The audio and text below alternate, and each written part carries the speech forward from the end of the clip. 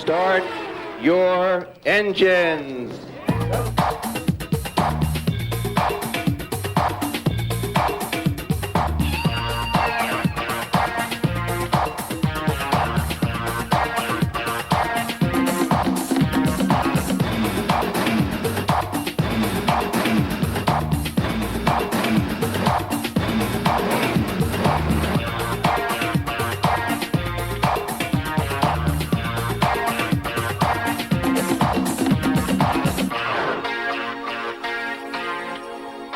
Approaching the midway point of the Indycar World Series, and Red 5 had taken Nigel Mansell into the championship lead by 14 points from Emerson Fittipaldi. Fittipaldi, the 46-year-old Brazilian, 142 starts in IndyCar racing and still one of the very best around. Alongside him at Penske, Paul Tracy, the Canadian 24, and climbing rapidly to the top. After a decade of excellence in IndyCar racing, the Newman-Haas team is now world-renowned due to this year's great exploits and the inspirational signing of Nigel Mansell to spearhead their challenge. Carl Haas, co-owner of the team, has worked with great names in the past. His partner is Paul Newman. It's motor racing's version of Butch and Sundance, except all that's outlawed is mediocrity. Coming up in this, the third volume of the Nigel Mansell IndyCar Diary, action and behind-the-scenes footage from 4 more great races. We start at Cleveland, round 8, which produced a never-to-be-forgotten battle between Nigel and Emerson Fittipaldi. On then to Toronto, Canada, on the temporary street course downtown. A weekend of mishaps and misfortune for Nigel and the Newman-Haas team, characterised by 2 high-speed accidents in practice. The problems in Toronto, though, didn't hold them back for long.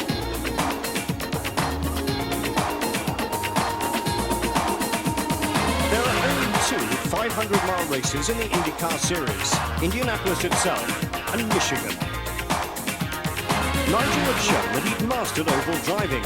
Michigan doesn't have the history of Indianapolis, but it's just as daunting.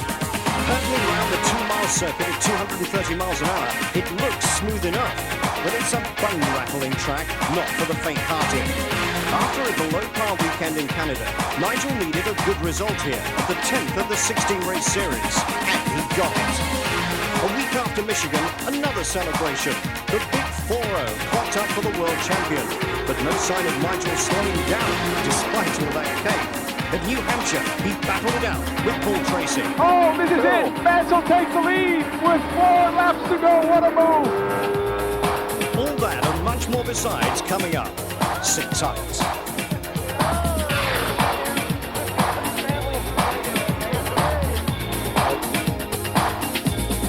Cleveland, Ohio, on the shores of one of the Great Lakes, Lake Erie. A sporting center of the USA with a class football team, the Browns, a top baseball team, the Indians, even a couple of rugby clubs.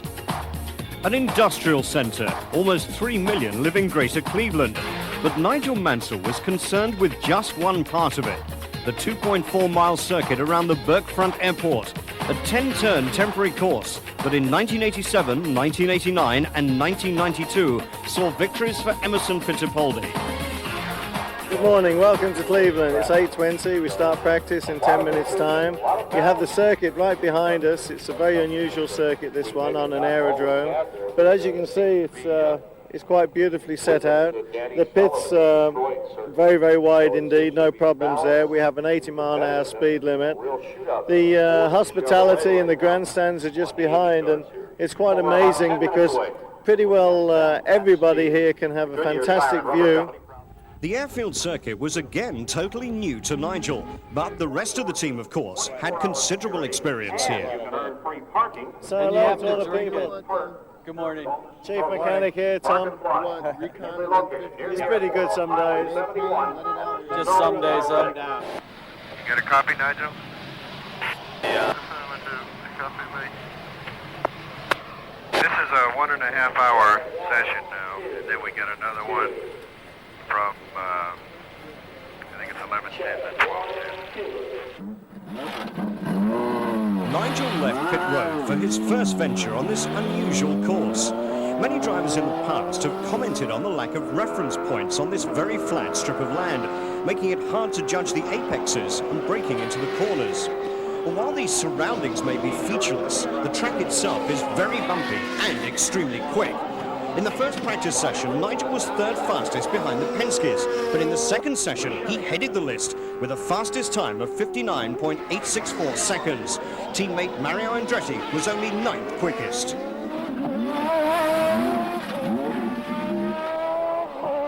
At the front, you know, your turning in is good. I mean, fairly good. But the back end doesn't follow, you know, if you want to hustle it. You want to really let your hair down. It just jumps in the air. Yeah. In the beginning of the session, our car was more stable than it was really good. Yeah, in the beginning of the session, yours when was I first fine. went out. One driver said, a rodeo cowboy would drive best at Cleveland. And certainly in qualifying, Nigel Mansell had a bumpy ride on his way to a time of 59.403, averaging over 143 miles an hour. An excellent time by a rookie at Cleveland, beaten only by the precocious Paul Tracy, 23 hundredths of a second quicker on his best lap. So a Tracy-Mansell front row, with Fittipaldi and Stefan Johansson on row 2. After qualifying, Nigel had a chance to cast his expert eye over the Penske of Fittipaldi. We are very close on the qualifying times, myself and Nigel. I think it'll be a tough race for both of us. Cleveland, I would say, is the most demanding track for the year physically. And I'm looking forward to be in a good shape the last half an hour of the race, and that's what's going to count. As you can see from the sweat, it's very, very hot. It's the hottest race, certainly, of this year so far. How do I feel today? A little bit optimistic, more so than this morning, because the Penske's were running real quick, and we've done a lot of changes to our car, and I feel we've made a little bit of progress, but there's no question they're still very, very strong. I share this with you that I'm a little bit sad today not to be performing in the home Grand Prix over there in England, but it's one of those things. But I understand there's 5 British drivers in the top 10, and no doubt when this comes out, obviously the race will be over, but I certainly wish them well standing here Saturday, a good few thousand miles away. And of course all the fans over there, don't forget our thoughts are always with you wherever you are, and have a great weekend at Silverstone. At the post-qualifying press conference, Nigel appeared with an injured wrist after falling up the steps into the interview truck. Fortunately, nothing was broken, but it was enough to make a man curse. Though not in the hearing of Father Phil, of course. For those drivers needing a spot of guidance, not round the circuit, more of the moral kind, there's a familiar figure who's always around the paddock.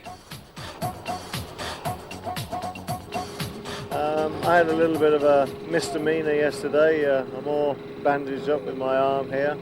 That's because we went to the press conference yesterday after qualifying and went up about 4-foot steps. And at the top of the steps, misaligned 2 foot to the left of the door.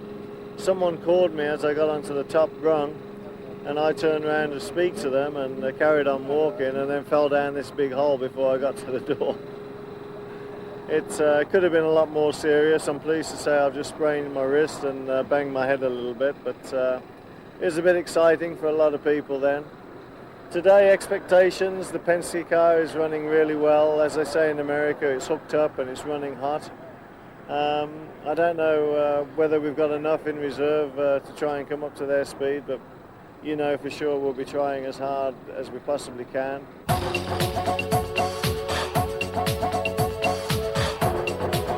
Race day, Sunday, July the 11th. Lady driver Lynn St. James swaps notes with her rivals. Both Bobby Rahal, defending Indycar champion, and Stefan Johansson were hoping for a change in fortune after a disappointing season thus far.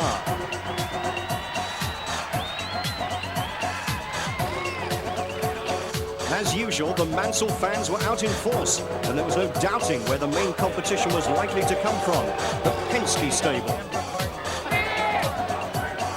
Another huge crowd to greet the drivers at the pre-race presentation, many of them there to catch a glimpse of the world champion.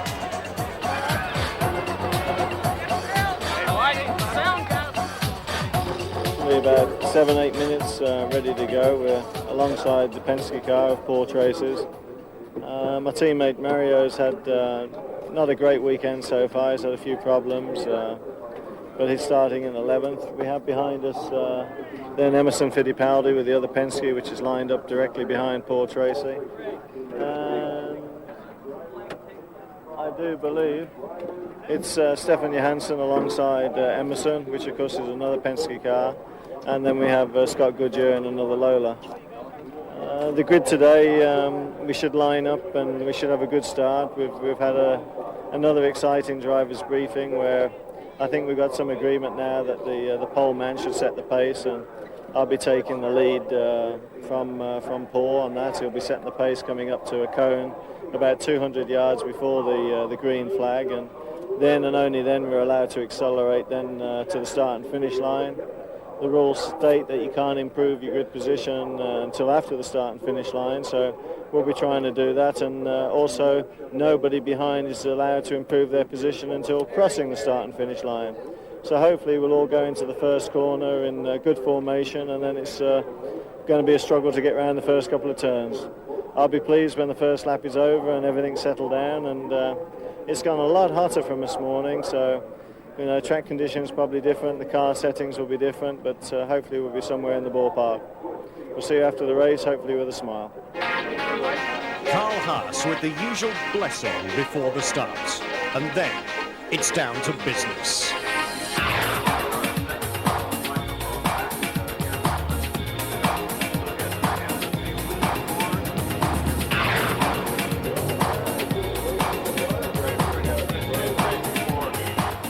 Gentlemen, start your engine.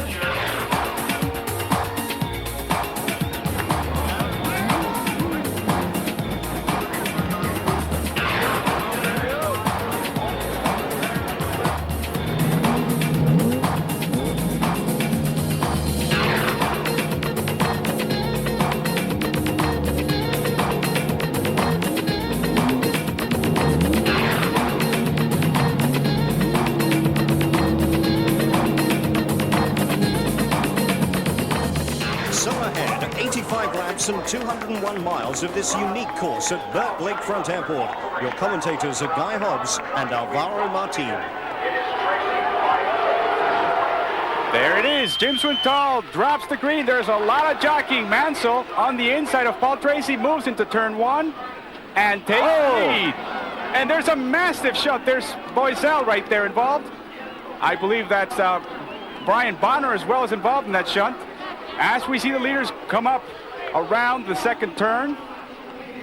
Well, last year here at this race, we had one caution for one lap. It was on the first lap. There's Guerrero, Bobby Rahal, Willie T. Ribbs, and Raul Boesel all out of this race. I think that's Willie T, or is that in fact Brian Bonner? And there's still jockeying going up front. Paul Tracy doesn't like to be second to none. As we come along, we must be seeing shortly, I believe, Guy, a yellow flag. Oh, absolutely. Yellow flag's going to be coming out for this situation. 3 cars stuck in turn one.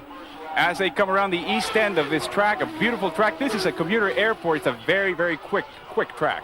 Wide open, very plenty of room for overtaking as far as down the straightaways, although most of the overtaking will be done at turn one where we just saw that incident. But we're going to see a yellow flag come out here. The safety vehicle is out on the track. Bobby Rahal is going to be very upset with that, as is Raul Boesel, who is currently second in the championship. Unbelievable. Bobby Rahal is a native of Medina, Ohio. Let's watch the replay again. An aerial view should be happening at the back of the screen here, or at the bottom of your screen rather. There we see them all piling up it, and it looks like Guerrero caught the edge of Boesel, and also there's another car spun off after the turn. Boy, what a mess. Another early bath then for defending champion Bobby Rahal. And disappointment too for Roberto Guerrero, who hasn't won an IndyCar race for 6 years. Mansell led Tracy at the restart. And we're back under green in lap 5 with Nigel Mansell up front, going once again to that dreaded first turn. Tracy second, Fittipaldi's holding up the field in third, then there's Johansson in fourth. A cleaner one, of course. Cooler heads have prevailed. Everybody taking it nice and easy this time through their single file. Nigel Mansell stretching out his lead just a little bit. Tough corners here, very bumpy. as you see him track out perfectly to the edge of the track.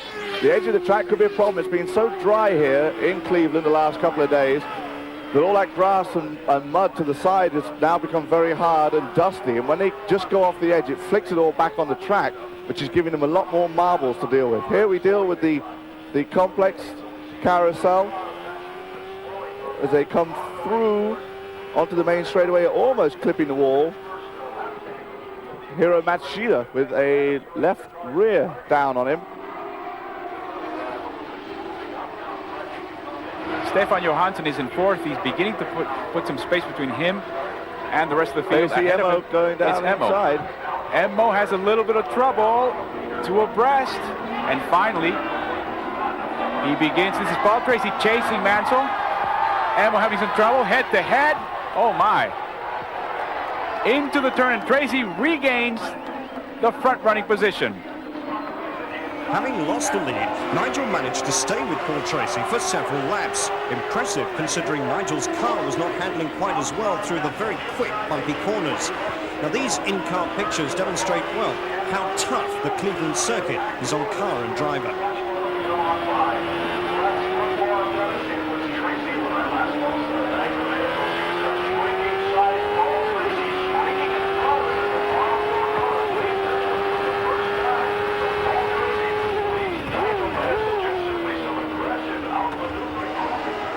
Tracy and Mansell out in front as the first pit stops approached. Robbie Gordon in the AJ Foyt car was, as usual, charging hard behind the leaders.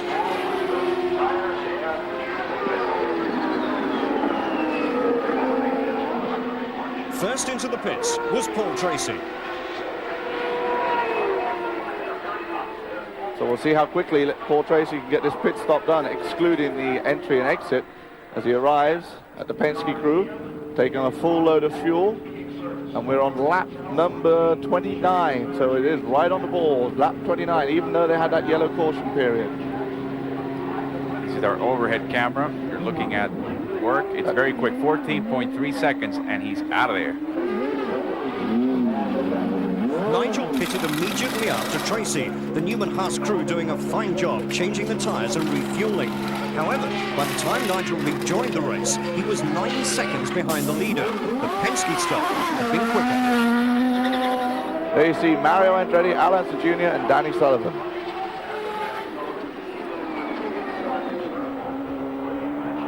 Danny Sullivan now facing a bit of traffic. Ooh, there's Unser making a correction, kicking up some dust right in front of Danny. Ooh, getting awfully close. Oh, there's a tangle. There's a tangle. The two of them come out. Junior keeps it going around beautifully. I think the left front wing of Danny Sullivan is definitely out. His car is stalled. That suspension, I'm not sure that's broken yet. We can't really determine. Certainly, Unser Jr. is back in the race, a street fighter, so the teammates tangle again. And this time, it's Sullivan that comes out the loser. After the second round of pit stops, Tracy had extended his lead over Nigel to 20 seconds, and the second Penske of Emerson Fittipaldi had closed right up to within a couple of car lengths of Red 5. The battle for second that followed will live long in the memory. A record 56,000 race fans were delighted with this confrontation. Rare indeed that racing at such speed has also such precision and daring. Emo making his move down the inside as they go into turn 6. Does he have the space? Watch out, Mansell is out of line. Now it's Emerson. Watch out for those marbles. Could be deadly.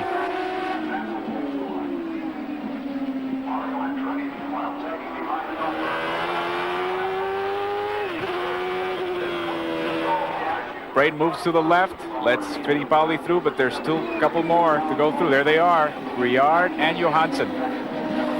Interesting situation because Briard is really chasing Johansson, even though Briard is lapped. Emo's making his move again down the inside. And Mansell doesn't put up with it. Let's see what happens. Same on the outside now. 6, he's got it. And he got it. He's got it. He finally has got the second position, but it's still not over by any means. We've got still 12 laps to go. The question is, does Mansell have the grit? Does Mansell have the resistance? How bad is that injury? Can he do this at this point?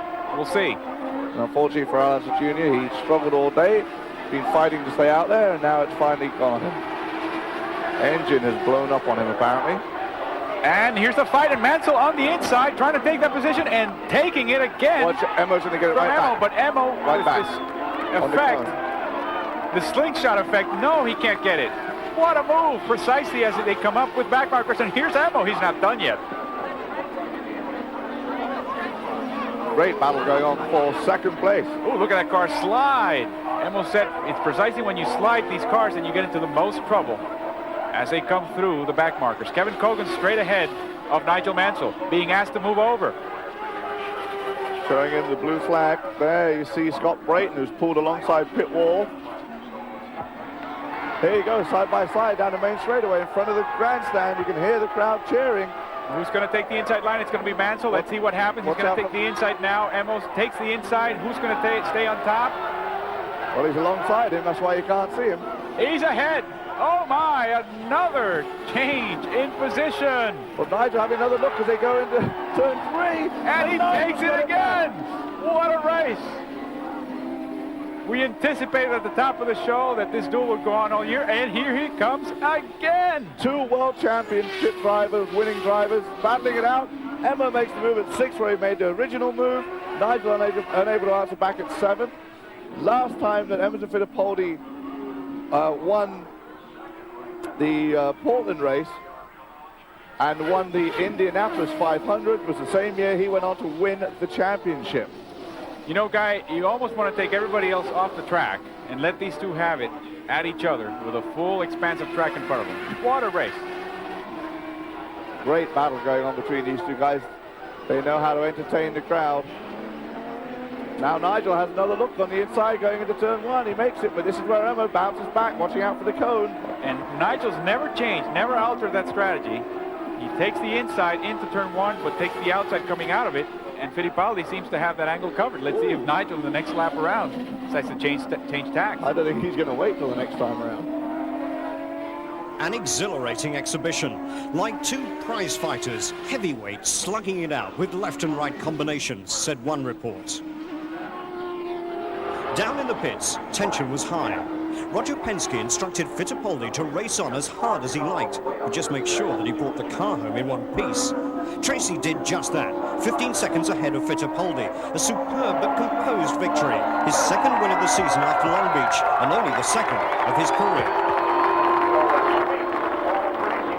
There's talk that he's wanted by Formula One, but he says he knows nothing of that. He's now determined to fight for this title. In Parc Ferme, evidence of just how tough the race had been. Nigel's face says it all. A grueling 94 minutes in intense heat. The trio delighted to sample any kind of liquid in Victory Lane. Expensive champagne employed as a cooling agent. In the end, a race to savour. I think the great thing is that all credit to Emerson and Paul, and you know, I think to myself is that we could battle wheel to wheel like we demonstrated this afternoon. And I mean, no one really gave an inch, and it was safe, it was clean, it was professional, and you know, that's all credit to the people at the table here, and I congratulate them both. Tracy then sneaking onto the leaderboard in 5th after that great victory. His teammate Fittipaldi up to 2nd above Roel Bursell, but still up front, the world champion Nigel Mansell. Well, there you have it. I think we had quite an exciting race in the lead, 2nd, and then fighting for 2nd like crazy with Emma, and just being beaten at the end by the Penske chassis and Emma. We've definitely got to play some catch up with the Lola car. The Penske team has done a fantastic job, and their car's working really well. I hope you enjoyed it, and you'll catch up with us in Toronto next week. So across the border to Canada next, where Tracy fancies his chances. You know, it's my hometown. I have a lot of friends and a lot of support coming from the race, and I really like to try to do well there and try to win the race. That's, you know, for me, that's like going, Nigel going to Silverstone to race. You know, for me to win there would be almost the same amount of thrills for Nigel to win at Silverstone in front of his hometown. And I think I'm really looking forward to it. Of the 16 IndyCar races, 3 are staged outside the USA. One at Surfers Paradise in Australia, later in the season at Vancouver, and here, race 9 in Toronto. Toronto Toronto's a sporting city, with their baseball team, the Blue Jays, after years in the doldrums, coming through to win last year's World Series. Their home stadium, the Skydome, features a retractable roof, perfect conditions, whatever the weather. The city's skyline is dominated by the spectacular CN Tower.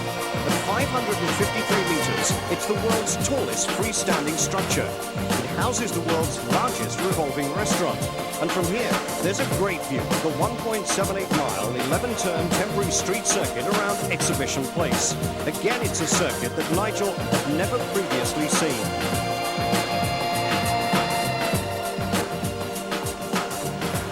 Champion's first duty of the week saw him meet yet more of his growing army of fans at the local Kmart supermarket, where they obviously hold him in high esteem.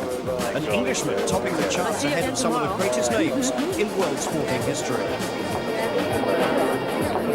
Compromise, sit down, that's what happens. You take care, huh? Thank you. Good luck on Sunday. Thank you. Hope you get pole position again. Red 5, there you go. Thank you very much. Thank you. You take care. Thank you. Thank you very much. As usual, there was a real mix of nationalities, including many Britons and a lot of young fans.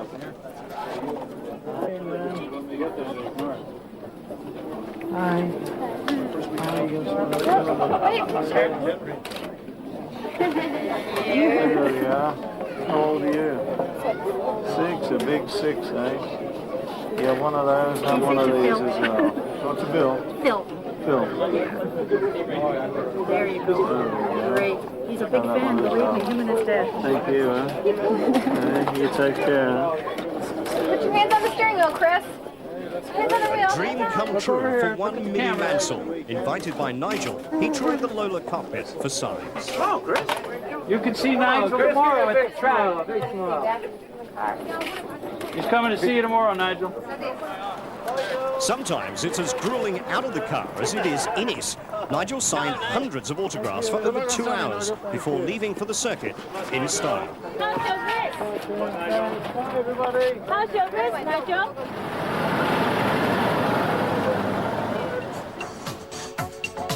Once again, the school holidays mean that Nigel and Roseanne's children, Greg, Leo and Chloe, are on the scene. And there's a hug for both boys as Nigel prepared for his first look at the circuit.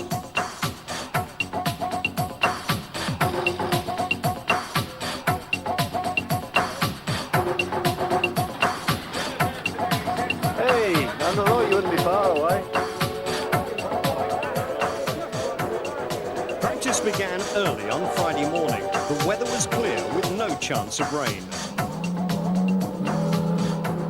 In the shadow of the CN Tower, Red 5 was pushed into action by the Newman Haas crew. The team had won the previous 2 Indycar races in Toronto with Michael Andretti at the wheel in 1991 and 1992. But this was a different car, driven by a man with no experience of the track. It soon became evident that the car was not performing as expected. Nigel was having problems with his Lola Ford. At one point, the car came to a halt on the track and had to be push-started by the marshals.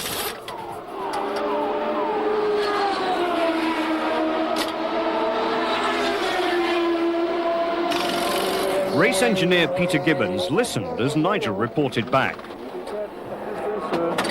Then the car would do this. In the faster. The T-car, the spare, was ready. Nigel decided to give it a run to compare the two. Cars, like people, have different characters. 2 apparently similar cars often behave differently on the same circuit. And sure enough, going into the second corner, problems for Nigel Mansell.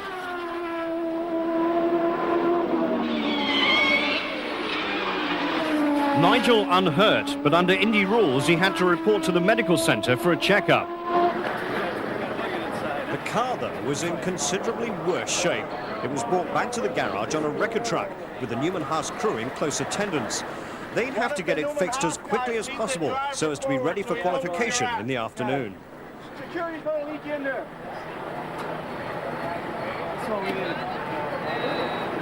Not supposed to go head on into the wall, are you? tweaked the wrist a little bit. Same old story, isn't it? When you've got a little bit of an injury, you tend to aggravate it, but going head on into the wall did aggravate the right hand this morning. I basically locked up the right front wheel and I tried to come off the brakes and it didn't unlock, and then when I knew I was going to go off, I tried to lock everything on, and there was just not enough time to try and spin the car or get the car around, and it's very, very quick entry there. You're doing probably 170 miles an hour going into a very tight corner, and you need a longer runoff area, which I've told them, which we can't have because of the monument there. But yeah, I hit quite hard, and I'm just happy that it was in my backup car, it wasn't the race car. Jim McGee, the team manager, thought that it might have been one of the oil lines or water line that was leaking a little bit. But I mean, I think that we just went in there a bit too quick, locked up, and it just went straight on. The car wouldn't turn. And we've got a big understeer problem here at the circuit anyway. How do I feel? I feel a bit sore, but we've got about 15 minutes before we try and go out to qualify in the first session. The track's very difficult to learn here. A lot of turns, a lot of blind corners, and there's a lot of marbles offline, and I think maybe I was a little bit offline too. There's a lot to sort of get up to speed on when you've never been to a place before, and I don't mind admitting today, Friday, whatever date it is, I'm struggling. But this afternoon, I just said to my oldest son, Leo, that if I can get in the first 3 or 4 this afternoon, I'll be happy. The Penske's are running very, very fast indeed. That's no surprise, and we've just got to work real hard and try and get close to them. See you later. The Isle of Man flag was in evidence as the build-up to Friday qualifying began.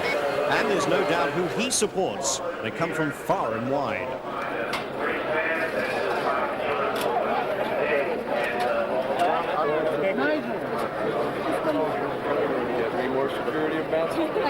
Good luck, Nigel. All right, mate. It's a long way to come. Go on, now. Win it.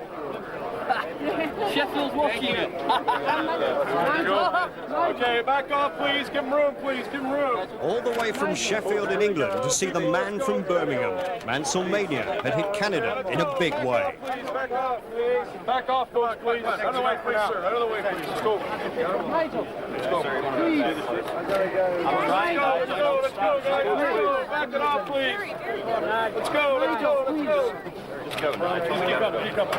Out of the way, please. Out of the way, out of the way. Back. You go, get him. Qualifying and back to the race car again. But setting up Red 5 for a track he'd never seen before was proving difficult. The circuit was bumpy and demanding, and the traffic a problem. Nigel's time put him well down the provisional starting grid. I turn into the corner and the whole car's on steering straight out towards you. When it starts to drift, then the whole back end and the whole car. Back in the garage, the T-car was its normal shape again.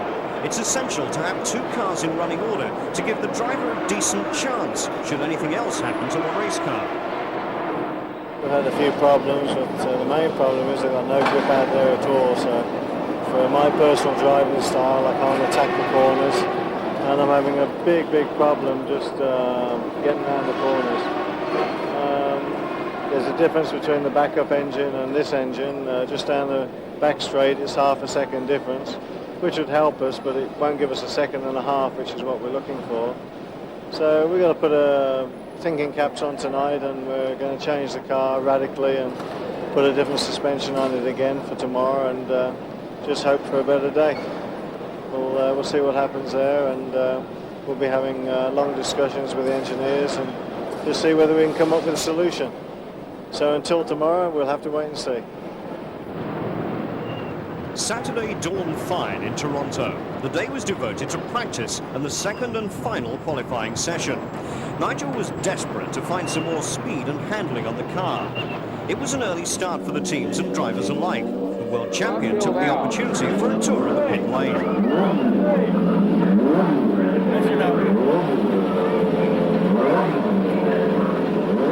Teo Farby's Lola Chevrolet had set the 4th fastest time on the previous day.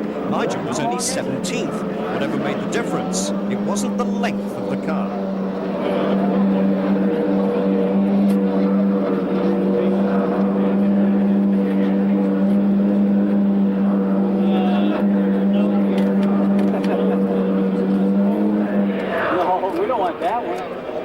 Nigel had his mind focused on making up for lost time in the practice session, crucial to make sure the car was in perfect trim for the qualifying later.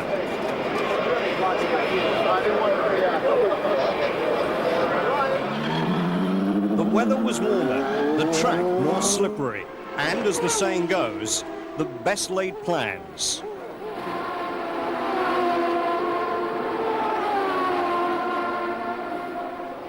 I've had a big shunt and the big right-hander. I'm okay. The car is... I don't believe this. The car just got away from me. I just got no grip at all. I'm getting out of the car. I got a double headache, but fortunately the adrenaline is very good, and we'll get through the weekend, and then I've just got to pay attention the next couple of weeks at getting myself fit again. But these cars, I tell you, they're on a knife edge like this. I mean, you know, if you got them right here, they're very quick, but if you slip off the top of the slope, you know, you can lose a second, 2 seconds a lap, and I've got to be honest here and say I just haven't got the experience. I haven't got the experience to call upon, especially on a circuit like this, and you know, the bumps on this circuit have caught us out, and you know, the only nice thing is there is an answer. There's always an answer if you look hard enough, and it's satisfying when you find it, and that's why we're obviously a little bit more optimistic for this afternoon. Red 5 was taken back to the garage for inspection. It had sustained serious damage to the left side suspension, too severe to be patched up for the race the following day. It was proving an expensive weekend for team boss Carl Haas, although the engineers were now convinced they knew the cause of the problem. The car had been bottoming out over the bumps far too often, making steering and control very difficult.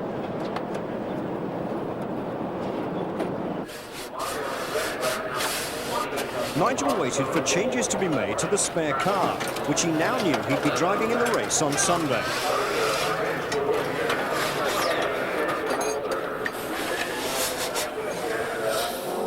The mechanics decided to alter the ride height of the car in an attempt to stop the bottom scraping the track surface so readily. As the practice session continued, Nigel left the pits to experiment with the new setup. Peter Gibbons and the rest of the crew had an anxious wait before Mansell returned with some more positive reports.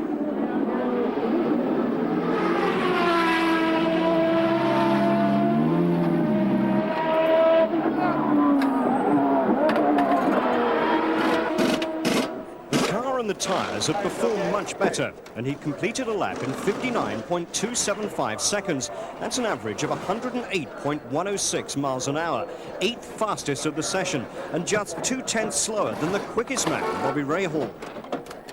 The earlier problems, while not being totally solved, were now more containable. And it was time for a debrief with race engineer Peter Gibbons and team manager Jim McGee.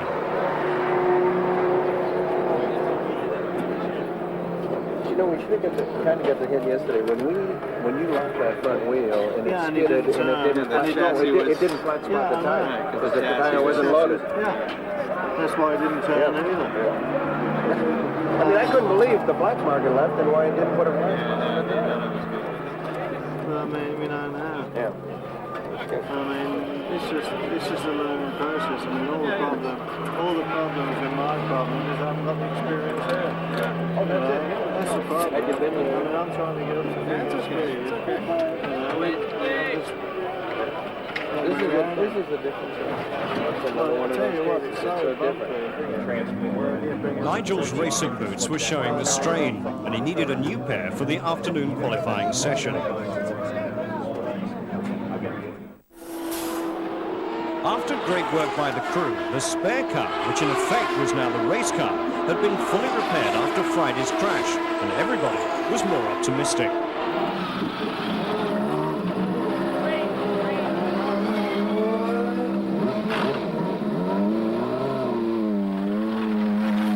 And they had every reason to be.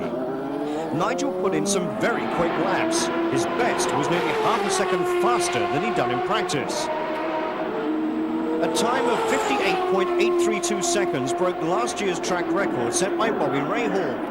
But incredibly, 8 other drivers went faster. and Nigel would start the race from 9th on the grid.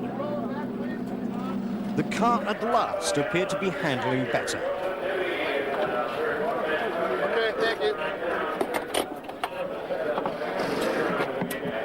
Coming up.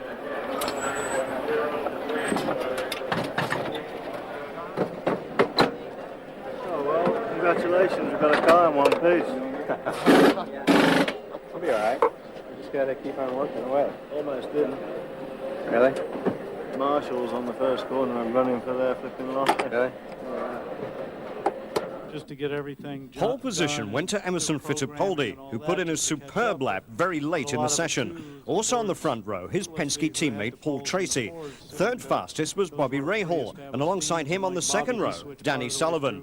Unusual, though, to see no Newman-Haas representation at the press conference. This is rather a different racetrack than Nigel's been used to, and being unable to test because it is a temporary road circuit, we kind of got off to a little bit of a bad start the first day, and we had a problem with the car as far as the ride height and knowing where we should be, and we had an incident which basically was not Nigel's fault, but you know, we were running the car a little bit too low, and when the car would hit a bump, it would come down and bottom out, and he would lose the steering. And we had the first incident on Friday morning in the practice. That got us a little bit behind. And then we had another incident on Saturday morning, which got us a little bit behind, but then we found a direction, and actually we made a big gain in the morning practice before qualifying. And the qualifying, I think, really is not it's not what's going to be the reason of where he's going to run tomorrow. I think you know, you're going to see a big change in our strategy tomorrow during the race, and I think we'll be in good shape. Penske's then 1 and 2 on the grid at Toronto, and coming into the race in fine form after back-to-back wins at Portland and Cleveland. The early season dominance of Newman-Haas was being seriously threatened. Penske has, you know, a very, very strong ongoing development program, and you know, they're able to make big changes in a short period of time during the year, and they have got a good car this year. You know, they've come up with a good balance. You know, the cars are very reliable, and the Chevrolet engine now has, you know, reached a point where it's very competitive with the Ford. So, you know, the package that they have right now is very competitive. We're in the middle still of working with our development bits and pieces. We're going to have a few more development bits and pieces for Michigan, and you know, it's an ongoing program, but you know, I feel like right now we have to also keep our reliability and our race finishing, and you know, we have to rely on Nigel's ability to outdrive some of these drivers, and he's capable of doing that. So, you know, we're not panicking. We're not going to change our game plan. We've got a lead in the points now, and we're just going to continue on and do the best job that we can as far as finishing and the reliability of the cars. But the team is a great team. We've had a great finishing record this year, and you know, with Nigel becoming more and more familiar with the series and the drivers and the cars, I think it's going to be an exciting finish. A successful but grueling season so far for Nigel Mansell. What were his plans for next season? Would he be staying in IndyCar racing? Basically, that Carl and I are having onward conversations, and you know, unlike previous years, there's no hurry on either side to rush into anything, and you know, we're paying very careful attention to what's happening this year, and you know, things are very good, very positive, but as of this time, nothing is happening. There's also been speculation that you possibly might be considering setting up your own team. Is there any truth in that? I'd rather not pass comment on things like that. I mean, we've got to put all our concentration into this race this weekend in Toronto and getting the job done. And, you know, there's always a lot of speculation in so many things. And I think the throwaway line, which started that rumour, was someone came up to me and said, well, you know, if someone gives you 20 or 30 million, would you consider setting up your own team? And the answer is, on the throwaway line, yes, you would consider it. That doesn't mean you're going to do it. So, I mean, that answers that. Sure. I mean, here we are, we're halfway through the season. You are winning the championship. I mean, what are your thoughts generally on the season so far? very, very tough, and getting tougher as every day that goes past, and certainly every race that goes past. We're right up against it. I think everybody can see from the last few races that the Penske team is the team to beat. Their chassis is definitely quite considerably quicker than the Lola cars and any other car in the field. From here on in, we're halfway. This is the 9th race. You know, I've got a very small lead, which is ever decreasing, and we've just got to see what happens today, and then just try and work on our competitiveness for the next races. People forget that Emerson is in his 10th year in the Indycar series. So everywhere he's been there at least 10 times and more, and you know, he's fired up. He's fired up more than when I ever saw him in Formula One, and he's obviously driving extremely well. So, and you mustn't forget that he's ex-twice world Formula One champion, and I think a lot of people have underestimated that he's got a lot more fire in his belly than the last probably 3 or 4 years when he was in Formula One. A record crowd at Toronto of over 66,000 packed the grandstands. They saw another ex-Formula One man, Bertrand Gachot, a new face in IndyCar racing, having joined Dick Simon's team. Gachot drove for LaRousse and Jordan in Formula One and won Le Mans for Mazda. For Nigel Mansell, the usual traffic jam on the way to the grid. Nigel having snatched a moment to see his great pal Greg Norman win the Open at Sandwich. Fantastic thing is I'm starting the race in real good spirits because Greg has just won the British Open. Commiserations to Nick, but I think he's won enough for the time being. Greg, fantastic win. I think the crowd there were marvellous. And as they come through, we've got rain, and we're under racing conditions. The Penskes on the front row away sharply. Fittipaldi ahead of Tracy. Mansell starting from 9th, ahead of the first midfield incident in the race. When Andrea Montemini spun off and into retirement with 10 of the 103 laps completed. The resulting logjam brought out the yellow flags. It was caution for 4 laps. Nigel had to be patient in the pack, knowing that his main championship challenger, Emerson Fittipaldi, had made a great start. From the green, though, it was Fittipaldi's teammate, Paul Tracy, who surged into the lead to the delight of the home supporters. Penske 1 and 2, Tracy ahead of Fittipaldi. Nigel's first pit stop. He came in from 8th place. This was expert work by the Newman-Haas crew. But Penske's pitmen were on form too. Fittipaldi in and out rapidly as he regained the lead from Tracy. The veteran Brazilian stayed ahead for 34 laps. It was just not going to be Nigel's day. More problems to plague him. Lost all brake pressure over. Did you try turning in the boost adjuster? First I'm getting 42.5, 43, and it's dropping down to 37. Okay, there's nothing we can do. You just got to try and keep running. I've tried going in, I've tried coming out. I've got no boost. Hit, Nigel, in. Come in, I'm coming in. We'll take a look, see what it is. Having established that there was nothing to be done to improve matters, retirement on lap 55 was the only option. A wastegate problem, the cause. No points from Toronto, the effect.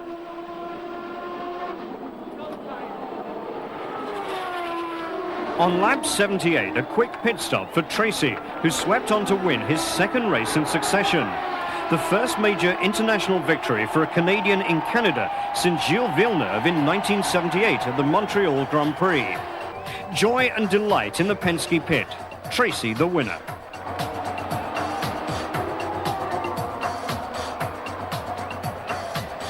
Fittipaldi came home in 2nd place, 13 seconds behind and a second ahead of 3rd place Danny Sullivan. Fittipaldi's 16 points for 2nd place, lifting him to the top of the championship ahead of Nigel Mansell by 3, with Paul Tracy now in 4th place. Not a good weekend for Nigel and the team. It's just one of those things. It's the first mechanical we've had all year. The car wasn't right and the engine wasn't performing right from the word go, and obviously the wastegate was cracked, and it just got worse and worse. But amidst the euphoria for Trace's win in his hometown, controversy as well. The Indycar chairman Bill Stoken took the opportunity to reply to criticism of his series by Formula One's Bernie Ecclestone. My first reaction was that Mr. Ecclestone must have been grossly misquoted, because I've had great admiration for what Mr. Ecclestone has achieved, both as a businessman and also building Formula One. Since I've also seen the tape, I know he was not misquoted, and I'm not sure what to make out of it. As a businessman, I have always said to all the people who work with me on my staff that I never really measure my own success to be complete until my biggest competitor starts to get nervous about what I'm doing. So I don't know. I mean, maybe this is the beginning of some dialogue on the fact that the IndyCar series is indeed becoming a potential threat to Formula One. It's kind of very difficult to respond to that kind of criticism. I mean, it's almost as silly as me trying to sit down and say, well, the technology has gone so far. You know, it's 80% the technology and 20% driver. You know, as a child, I used to have a radio-controlled car, and I don't know if Formula One is becoming a radio-controlled car for adults. You know, there are many ways you can criticize this, but I don't know what the objective is to criticize it. I think Formula One is a fine racing series. I think we have a product that is obviously something that stands on its own. Everybody always kept on talking about IndyCar racing as the American equivalent of Formula 3000 or what have you. I guess Formula 3000 was established to find drivers for Formula One. Now it seems like Formula One is becoming a good training ground for IndyCar drivers. Back at his adopted hometown, Clearwater in Florida, Nigel had a brush with the law. He'd been invited by his local police force to star in a road safety campaign, encouraging Florida residents to buckle up.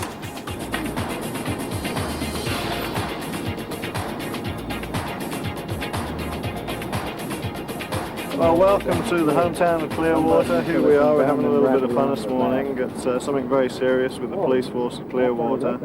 We're basically doing a seatbelt commercial, and you're seeing behind the scenes. We'll be having a little bit of fun and a lot of seriousness at the same time, but as you can see, it's a beautiful day. Here we are, Wednesday. We fly off literally first thing in the morning. I'm taking off at 7 o'clock in the morning to go to basically now the fastest super speedway of the year here in the Indianapolis racing. With the changes they did at Indianapolis this year, they made it a little bit slower, but the Michigan 500, as it's known, is very, very quick indeed. So this is what we do the day before. And as you can see, the SWAT vehicle, the SWAT vehicle has just been set off. That's perfect. Hi, I'm Nigel Mansell, the driver of the Newman Haas team in the IndyCar race series. And the only reason I'm able to be here today to speak to you is because I buckle up and use a seatbelt. It's saved my life so many times in high-speed smashes and slow-speed smashes. So the message is, please, use the seatbelt. And don't forget, it is the law. Mission accomplished, and a pretty impressive performance too. Perhaps Nigel's been taking lessons from Paul Newman. Prefer tea or coffee? Next stop after a cuppa, the airport and the world's fastest racetrack. The normally gentle and languid pace of life in rural Michigan in the American Midwest is disturbed each year by the staging of the Marlboro 500. It's a dauntingly fast super speedway, no respecter of reputations. 10 years ago, John Paul Jr. and Rick Mears escaped serious injury after a massive collision. A year later, Tony Bettenhausen and Howdy Holmes were involved in another horrendous crash. Again, the drivers survived without serious injury. And that same year, Alonso Jr. and Chip Ganassi found big trouble. Amazingly, although the cars were written off, the drivers were back racing a week later. Michigan 93, and Nigel Mansell arrives for the driver's briefing. The only time at this circuit he'll be told to turn right. This was a big race for Nigel. After losing the lead in the championship, it was now vital that he kept up the pressure on the Penske drivers, who've been outstanding in the last two races. Nigel hadn't won a race since the beginning of June, so there was plenty for the world champion to muse over before the qualifying began. Meanwhile, Paul Tracy was looking for a hat-trick of wins and his first ever on an oval.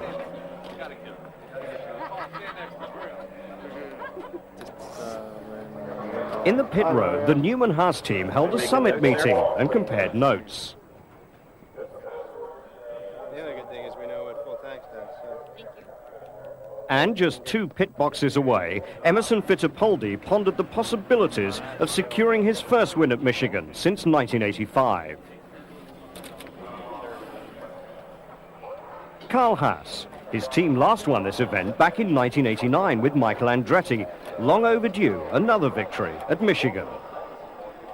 Nigel's team manager, Jim McGee, bags of experience here with Mario Andretti and Rick Mears. As I'm going past on my second time, as I come out of 4, let me know that the next time by is the lap, alright? This will remind me to really stand on it. Bye, I'll say green flag next time by. And stand on it, he certainly did. Nigel's strong showing in practice continued in qualifying with an excellent run round the demanding 2-mile oval. He wasn't completely satisfied with his performance at turns 1 and 2, but he was better than everyone else in the field. And his advice for dealing with the bumpy surface? Make sure your tongue's nowhere near your teeth. The car had been set up perfectly, and the Newman-Haas crew had done a fine job. Nigel had managed to improve on the previous qualifying best of 230.150 miles an hour set last year by Mario Andretti. And the proof was right there on the onboard computer display. An excellent time.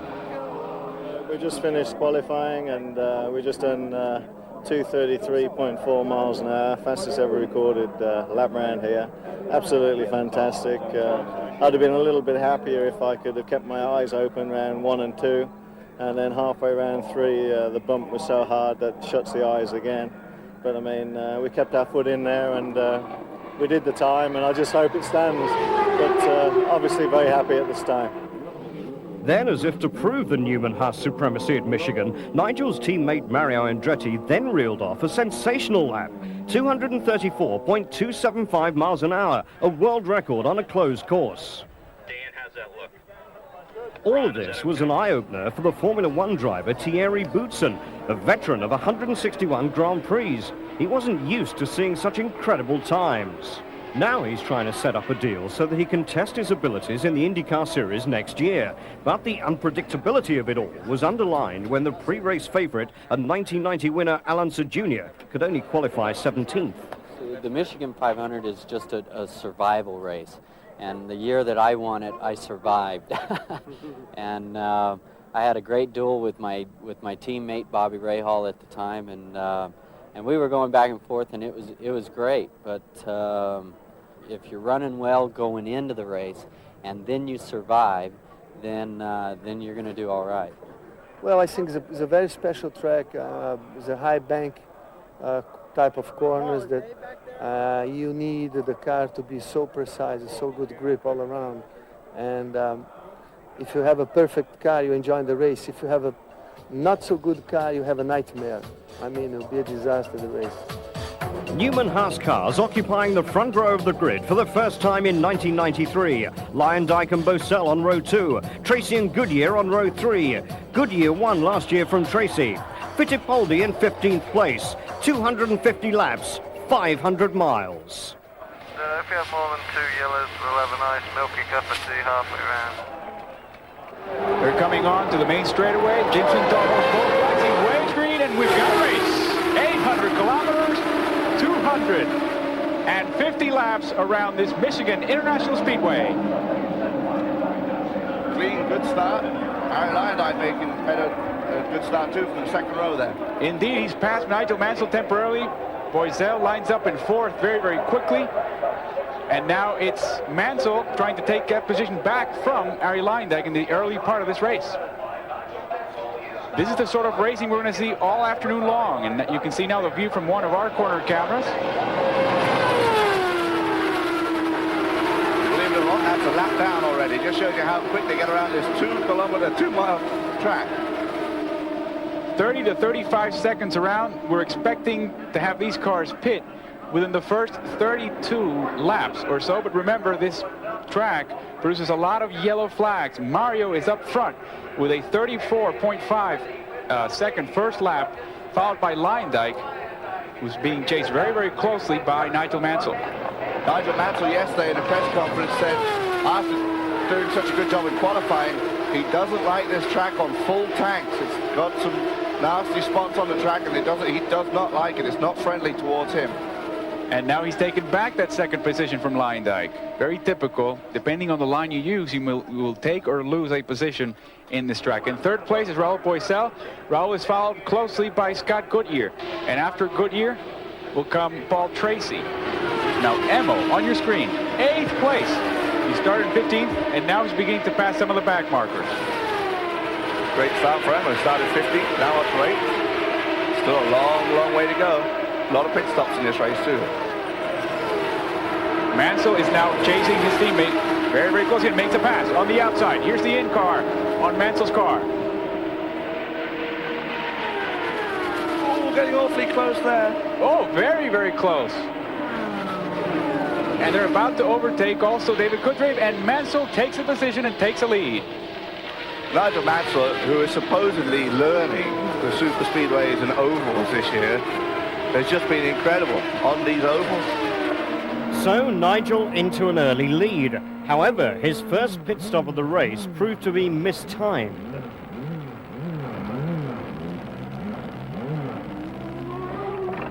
Just 20 seconds later, Stefan Johansson crashed out.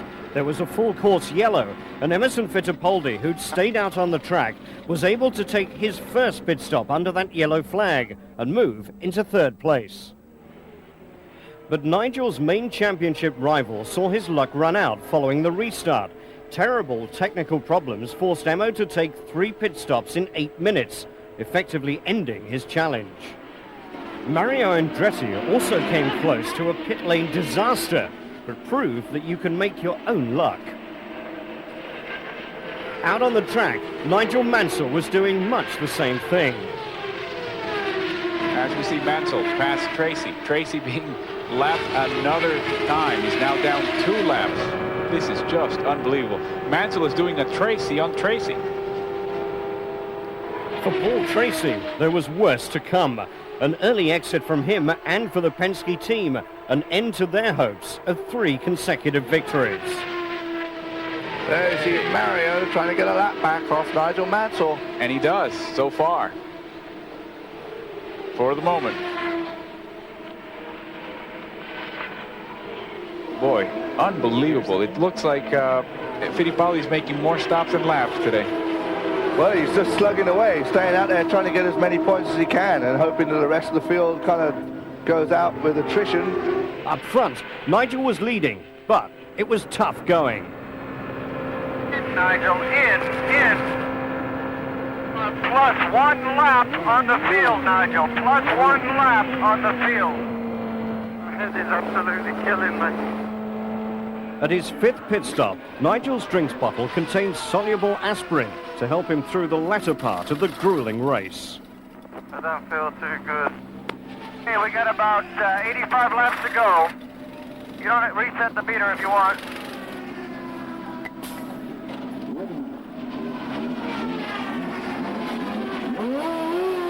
Mario Andretti's stop was quicker, so he unlapped himself.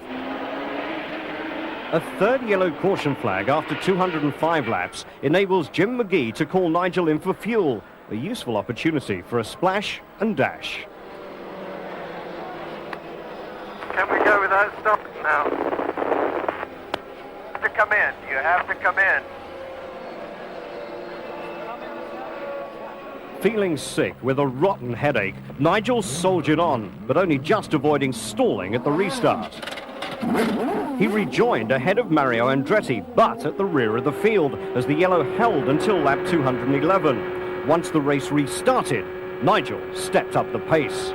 Mansell trying to put cars in between himself and his teammate. He loves him so much. At this point, he just wants to put some miles, distance, and cars between the two cars. And metal, yeah. Actually, he's probably out there looking for Hiro Matsushita. Where is he? Where is he? Get that guy between them. Oh, there we go. Three abreast. Emo, Bosell, and Mario. Mario getting past Bosell. Trying to get by Emo and close that gap up between himself and the leader, Nigel Mansell. This is, what, about 18 laps to go? Yes, indeed. Going to be a good dash for the cash here. I'm sorry, it's 28 laps to go. 28 laps to go, and the gap between Mansell and Andretti is 4 1/4 seconds. So it's actually opening up a bit. Ooh, Mario going very high. I don't think Bosell saw him, and Bosell started to go high himself. There you see Ross Bentley in a 4-car sandwich. Mario makes the most of it, passes them all. There's also Scott Goodyear. Scott Goodyear and Boisel, 4th and 5th. Goodyear a lap down from Boisel. That lap traffic seemed to play into Nigel's favor just a little bit. And now Mario is 8.15 seconds behind. Yeah, it's going to be a great career boost for him. Nigel Mansell coming here, supposed to be the world champion, #1, so much quicker than everybody else. Mario's 53 years old. The first time he sat on the pole here in Michigan was 25 years ago. And he's still out there running just as quick as them, and only, what, 8-point-something seconds behind the leader, and flying past all these other young up-and-coming guns. And he's still got it. And he still loves it.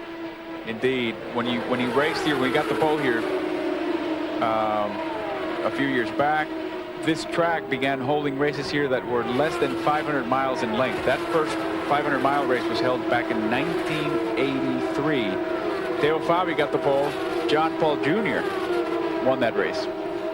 Yeah, we've had some odd winners here in Michigan. Pancho Carter, Gordon Johncock, John Paul Jr. won here in his one rare. Well, I think he's had a couple of wins. There you see the team owners: Paul Newman, Carl Haas, Butch Cassidy, the Sundance Kid. So let's do the rundown. Mansell up front. Mario Andretti 11.7 seconds behind in second place. A lap down, you'll find Arie Luyendyk. Raul Boisel is a further lap down. Scott Goodyear. And Theo Fabi 4 laps down. Paul Newman and Carl Haas anticipating victory, as Mansell has only 3 more laps to go to win this one. He's about a minute and a half away from winning this race. Race has now lasted 2 hours and 38 minutes. That is well on its way. This could be a record speed race. I don't think it's going to come up to the 220 miles per hour that Mario anticipated at the beginning of the race, but it might just be near the 210 to 215 mile an hour range. That's over 330 to 350 kilometers per hour. 248 laps down for Nigel Mansell. Coming around to see the white flag being waved by Jim Swintel. Here you see the white flag.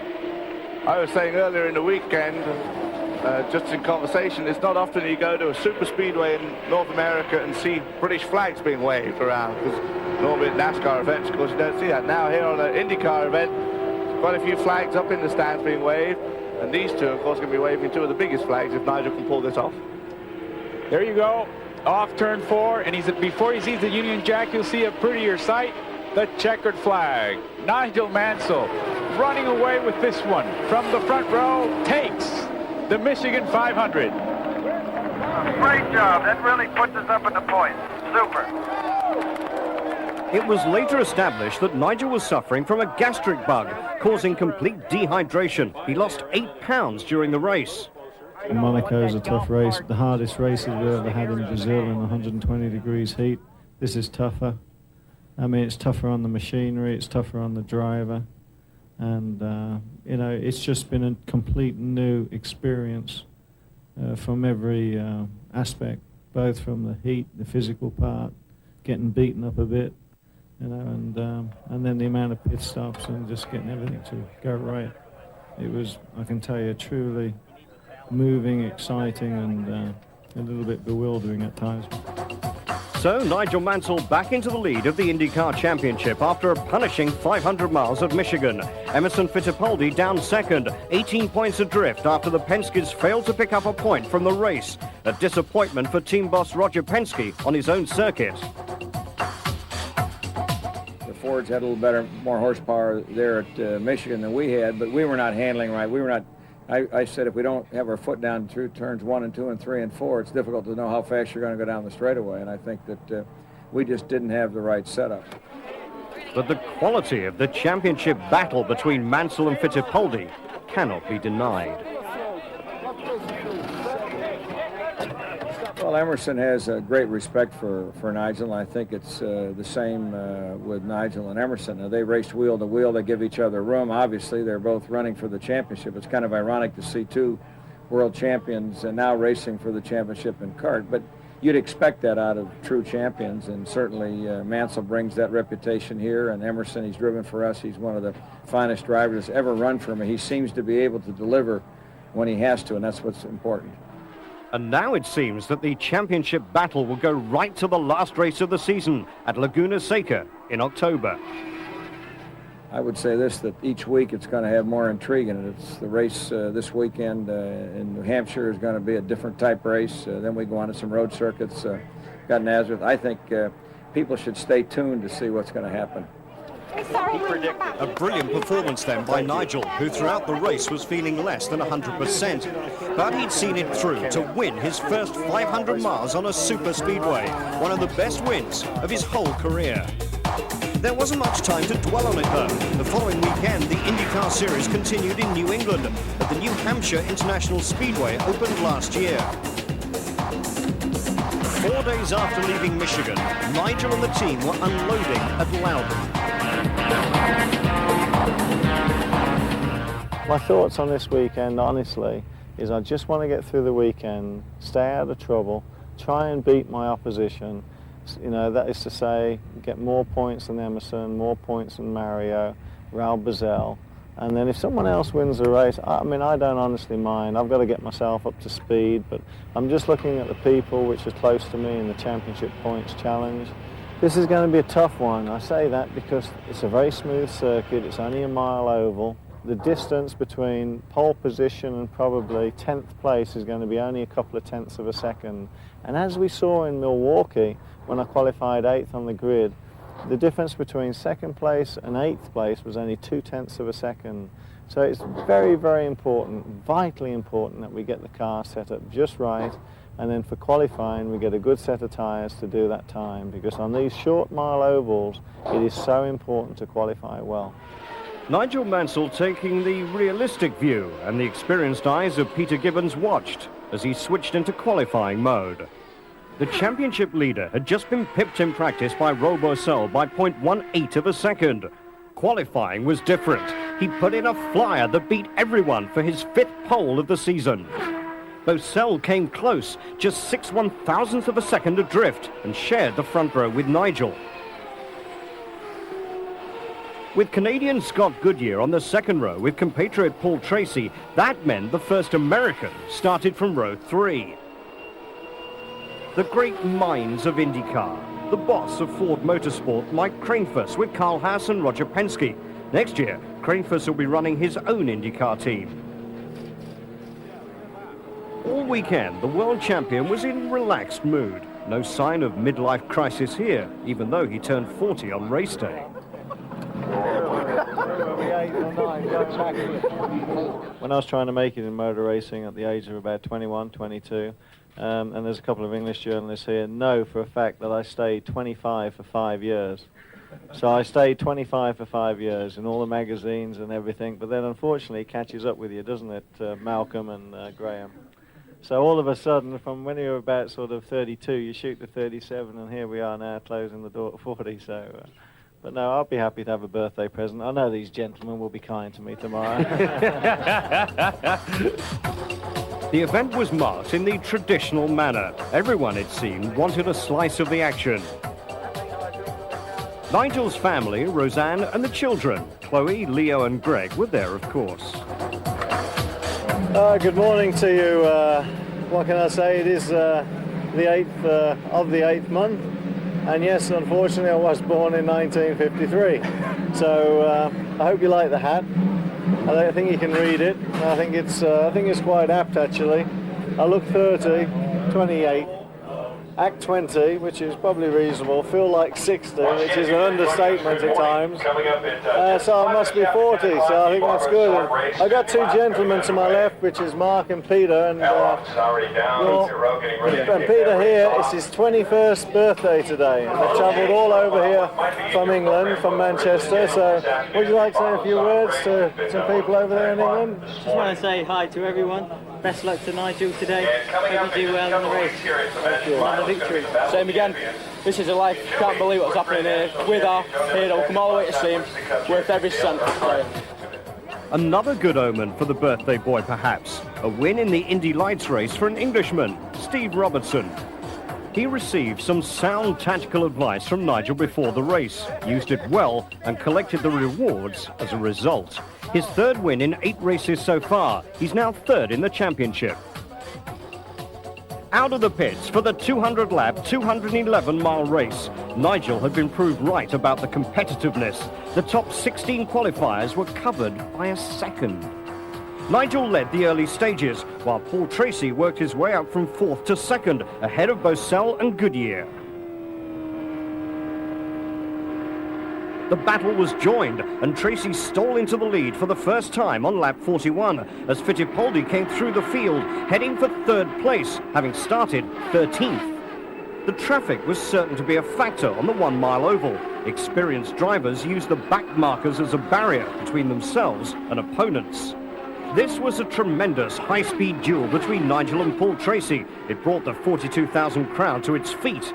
The pair of them finding gaps in the traffic that just didn't seem to be there. Only 4 cars on the lead lap at half distance. Tracy, Mansell, Fittipaldi and Mansell. But the Brazilian, after being overtaken by the leading trio, lost control and crashed out of the race. Under caution, Red 5 called into the pits for fuel and tyres. But problems. A cross-threaded wheel nut on the front right delayed departure. No panic from the crew, but valuable time and 2nd place lost. It didn't deter the champion. I think these guys would be nice to me on my birthday, wouldn't you? Tell everybody, no problem, we're going to have a bit of fun there if the car's right.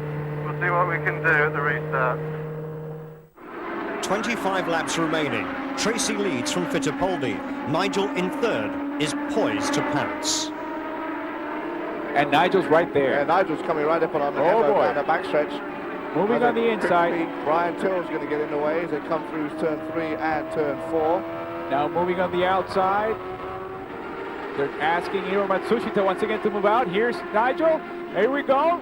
And there's no space. Oh, way below the yellow line. 3 cars going where only 2 cars can go. He's got the speed and momentum coming out of turn 2, though. He's going to make a move going down the backstretch and going into turn 3. You can see him carry the speed. And Mo has to let go. He has to let go, and he drops to 3rd for the moment.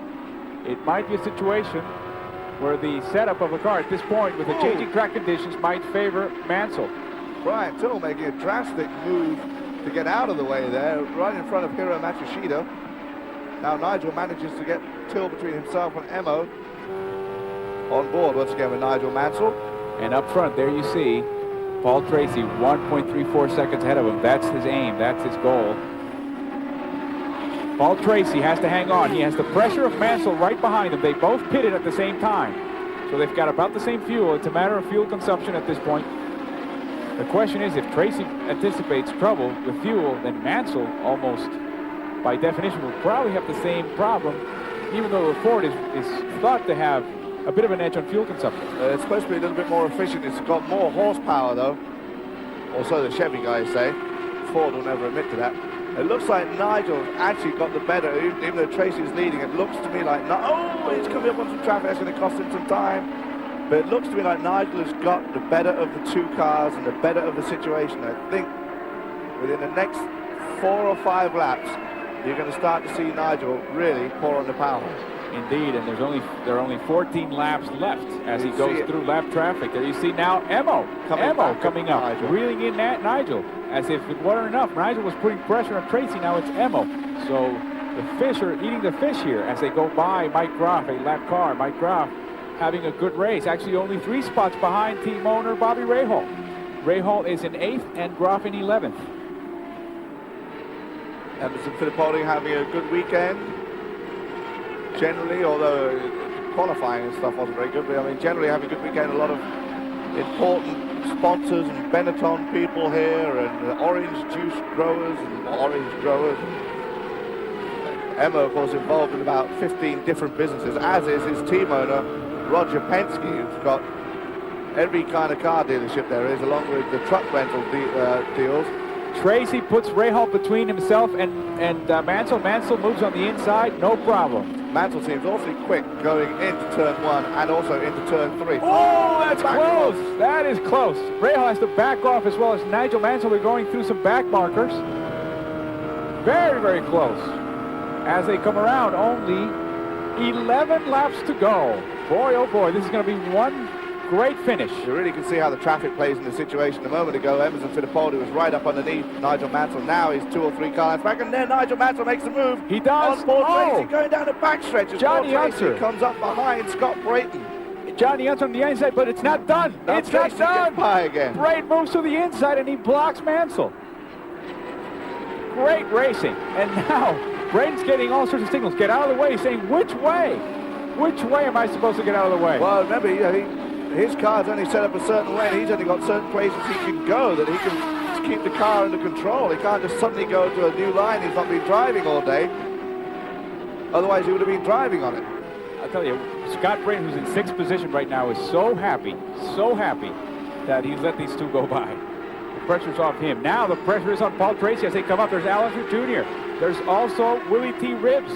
These back markers. Now Tracy has to make a decision. He cuts on the inside, threats those two, and Mansell follows right behind them. And he's very, very close now. You know, this is a question here of Allinger Jr. Time for payback from Long Beach. Jr. said, what comes around goes around. And there's still talk as to whether he may actually take care of Nigel at one of these races. Well, he missed an opportunity right there. There's only 7 laps to go. And Paul Tracy is just hanging on. About 3.5 minutes, hanging on for dear life, trying to stay out there, keep the lead. Obviously going to defend it as much as you can. There's been a lot of talk about blocking.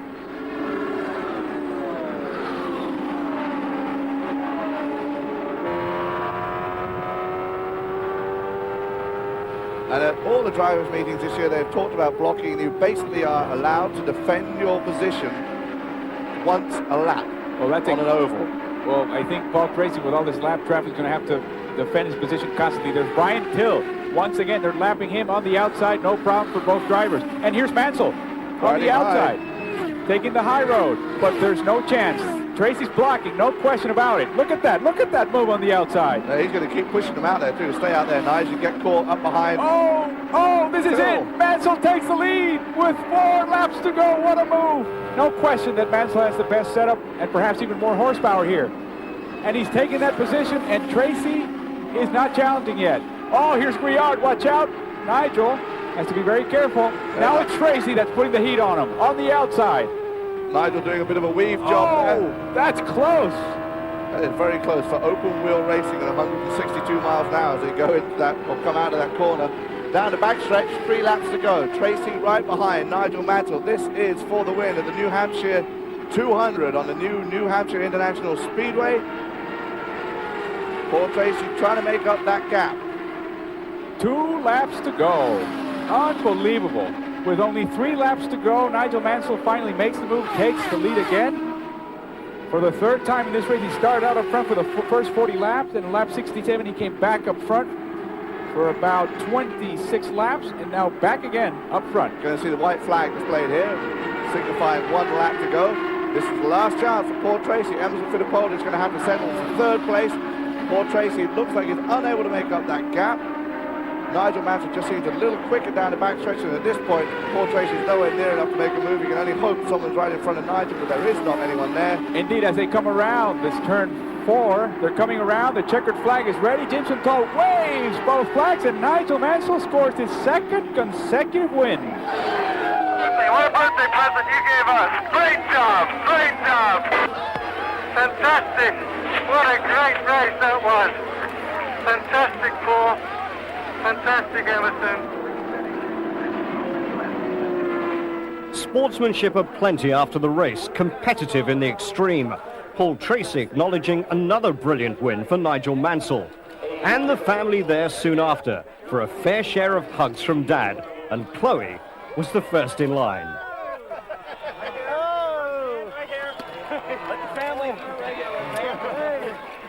This was pure racing at its best, gentlemen.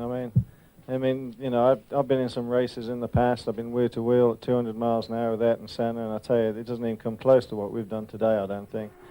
Once he got by in the turn, it was just equal all the way around. I ran my quickest lap of the race on the last lap, and I'm sure that Nigel did, and it was just you know, the last 10 laps was white knuckle. You know, let's get it on racing, and it was serious racing. Very happy. I mean, what a birthday present that was. Absolute magnificent race. Thoroughbred racing, wheel to wheel. Those last 10 laps, in fact, the last 50 laps after the last yellow was just incredible. But I mean, just an astonishing day, a very happy one for everybody, and it's so rewarding to see the mechanics, the spectators, the sponsors, just so enthusiastic, and of course, I've got to repeat myself again, so extremely happy. And so Nigel's championship lead extended to 25 points over Fittipaldi. 11 rounds completed, only 5 to go, just 1 oval. Is that an advantage for Nigel? After back-to-back victories on oval tracks? Perhaps not.